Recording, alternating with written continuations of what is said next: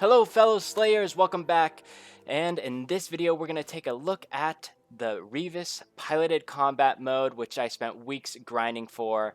And so in this video I wanted to be able to show you if it's even worth going for if you're considering doing engineering yourself and actually going for this piece, which is arguably the hardest piece to get in the entire Legion expansion, with the amount of mats that you needed and the amount of runs that you have to go through in order to get it. So after finally farming this thing up, I get to pilot it, and I'm here to answer the question, was this thing worth getting? From the start, it looks pretty interesting. You can see you go into a first-person view, into a larger version of Reaves, and that's actually not me doing any editing whatsoever. The screen actually turns green and kind of creates that view like you're looking out of the cockpit. And all the abilities, they're actually engineering abilities. So there are different pieces that you can make using engineering skills. So you see the bomb, you've got the turret, you've got even the bandage gun that you shoot bandages at people, which heals you for almost nothing. So as you can imagine, no one really uses it. Does anyone really use it? I'd be curious to know in the comments if anyone's ever even used that bandage ability.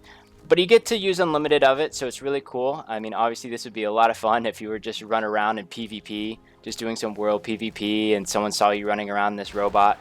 But the amount of health that you have is a little disappointing. So as you can see here, I'm already running low on health, and I have to start healing.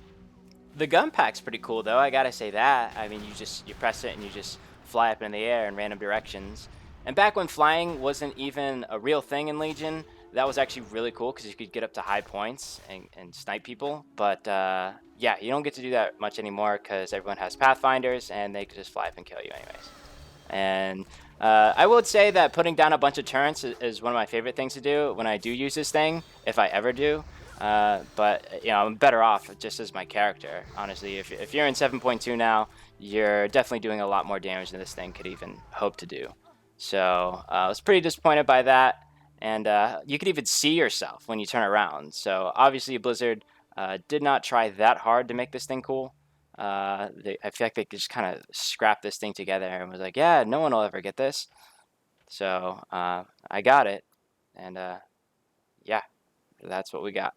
So if you're planning on getting it, go for it by all means. I don't recommend it. I felt like it wasn't worth all the time that I spent each week farming up the mats, hoping that it would drop off the boss and the Siege of Orgrimmar, hoping that it would drop in Ulduar, which it took forever for that to actually drop. So week after week, I had to keep going after these raids, going after these pieces, only to find out that I couldn't even use this piece anywhere else but the Broken Shores. That was probably the most disappointing part.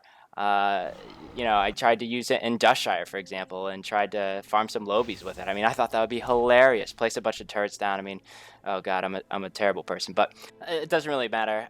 All the engineering folks this year, or at least this expansion, got screwed. That's my personal opinion. Let me know what you guys think in the comments below. I feel like engineers in this expansion just totally got duped.